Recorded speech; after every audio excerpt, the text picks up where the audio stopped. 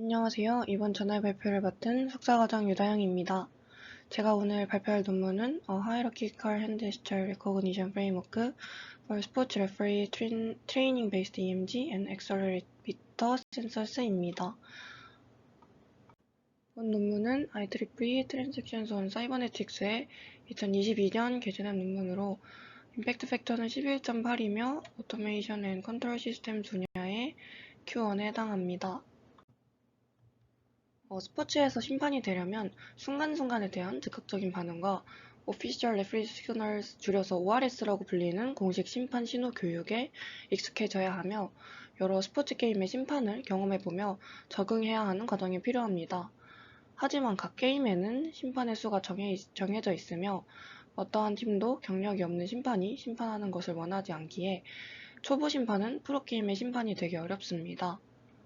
본 연구에서는 이러한 점을 해결하고자 초보 심판을 위한 ORS 교육 시스템 개발을 목표로 합니다. 연구는 아래 그림과 같은 심판 훈련 시나리오를 제안합니다.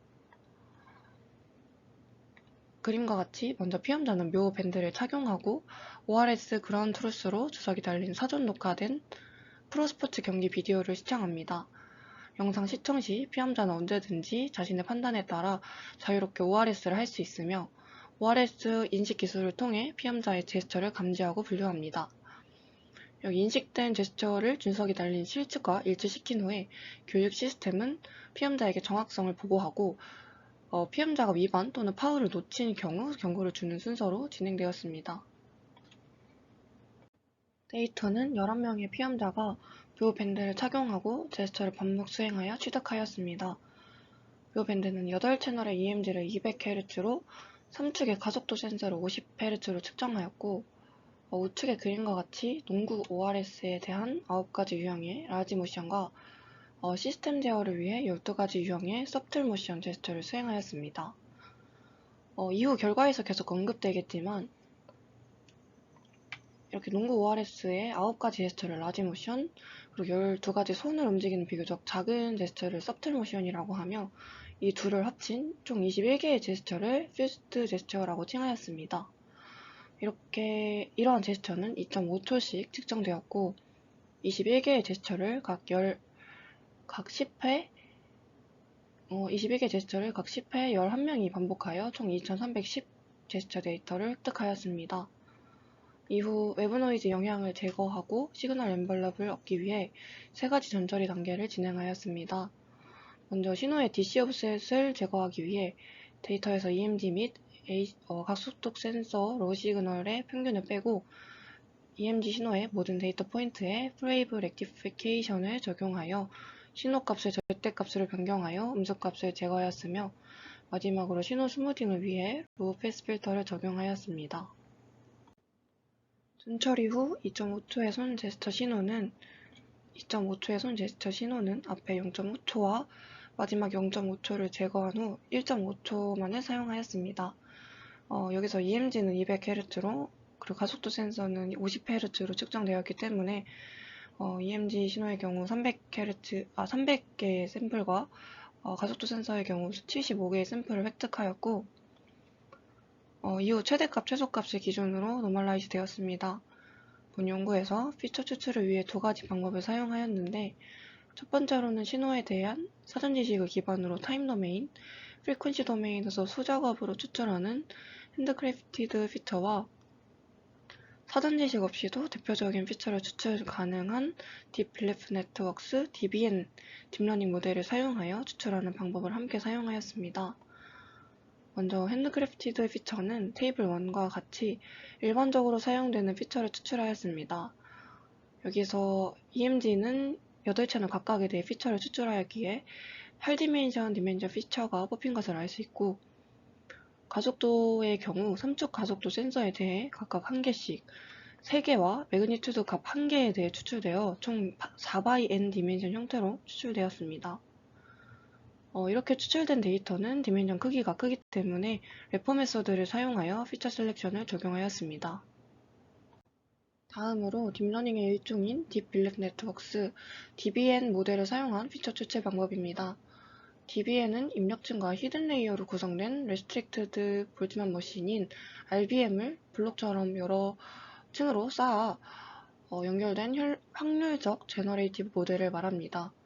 이러한 DBN 모델의 훈련 알고리즘은 Unsupervised Pre-training Phase와 Supervised Fine-tuning의 두 단계로 구성되어지는데, 먼저 Unsupervised Pre-training Phase에 대해 설명드리자면, 왼쪽의 사진은 DBN의 구성 절차를 설명드리기 위해 구글에서 찾아온 사진입니다. DBN은 DNN의 모델을 학습할 때 레이어 수가 증가하며 발생하는 Gradient Descent Vanishing 문제를 해결하고자 개발된 모델로, 여기 입력층인 비지블 레이어에서 위층으로 가면서 순차적으로 사전 훈련을 진행합니다. 입력 데이터가 들어가는 비지블 레이어와 첫 번째 히든 레이어인 H1의 첫 RBM을 사전 훈련하며 원하는 레이어 수만큼 RBM을 쌓아 올려 전체 DBN이 구성됩니다. 즉, 아래층에 대해 가중치를 먼저 학습한 후에 이 가중치를 고정한 다음 그 다음 층의 가중치를 학습하게 됩니다. 우측은 본 연구에서 사용한 DBN 구조 이미지입니다.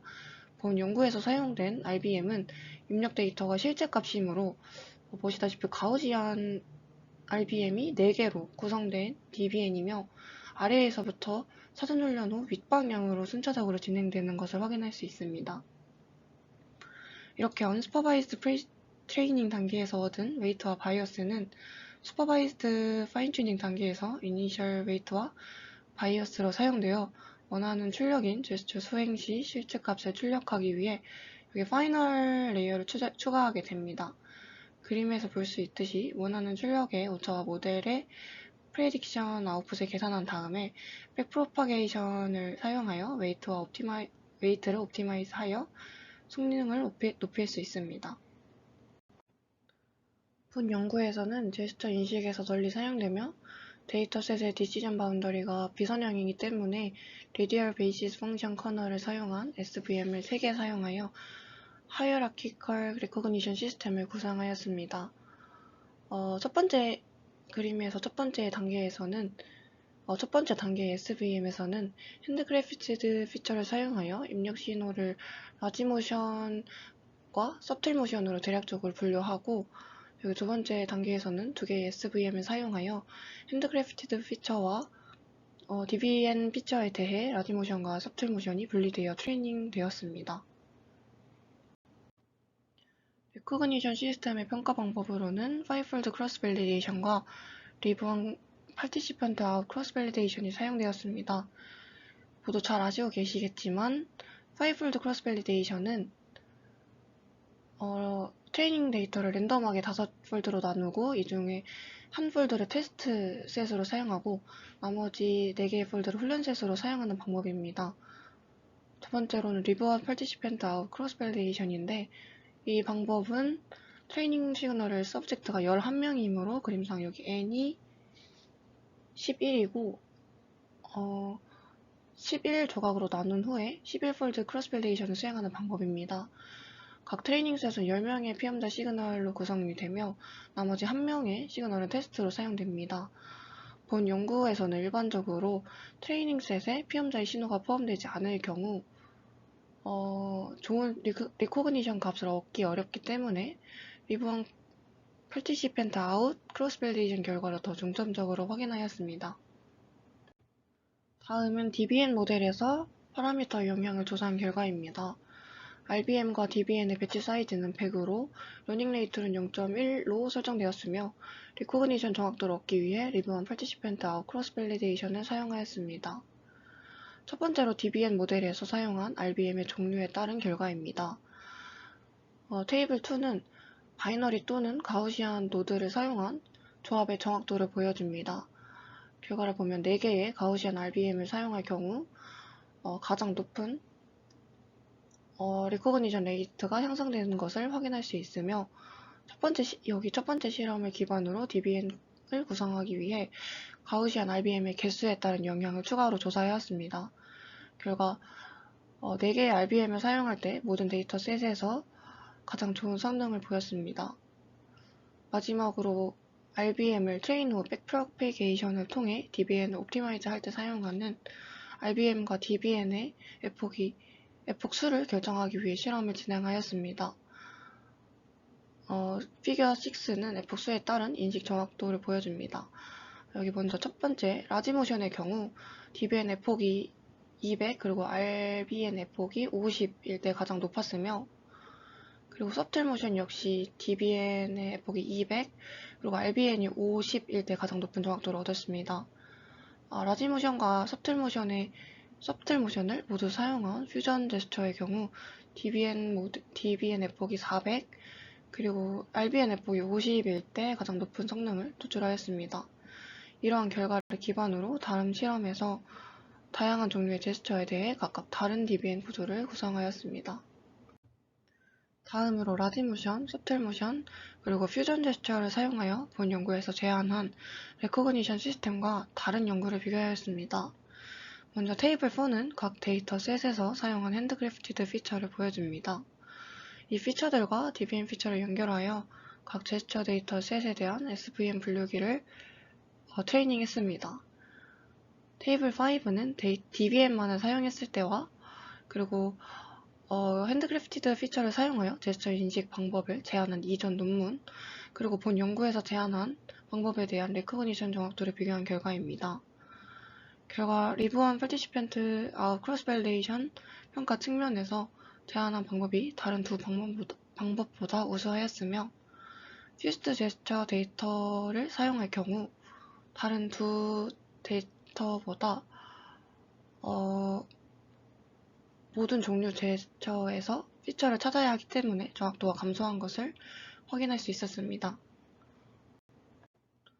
앞의 결과인 퓨스드 제스처를 사용할 경우 인식 정확도가 감소하였기 때문에 제안한 하이라키컬 스킴과 일반적인 비계층적 방식을 사용하는 분리기를 비교하였습니다.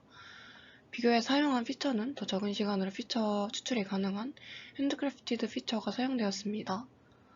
먼저 라지모션 데이터셋에 대한 하이라키컬, 논 하이라키컬 방식을 비교한 평균 인식 정확도는 왼쪽에 테이블 7을 보면 하이라키컬 적용하였을 때가 더 우수한 성능을 보이며, 특히 네 번째 제스처에 하이라키컬을 적용할 경우 상당한 개선을 보이는 것을 확인할 수 있었습니다.